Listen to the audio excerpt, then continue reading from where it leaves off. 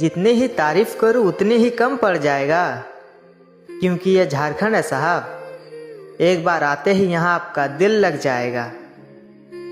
यहाँ की मुड़ावदार सड़कों का नज़ारा कुछ ऐसा है कि आपका दिल भी बोल उठेगा, काश ये पल यूं ही ठहर जाए यहाँ।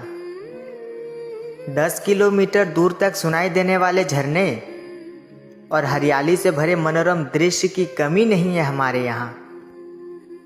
लोगों को होता होगा खुद के शहरी होने पर घमंड, पर हमें तो घमंड इस बात का है कि प्रकृति के बीच बीता है बचपन हमारा।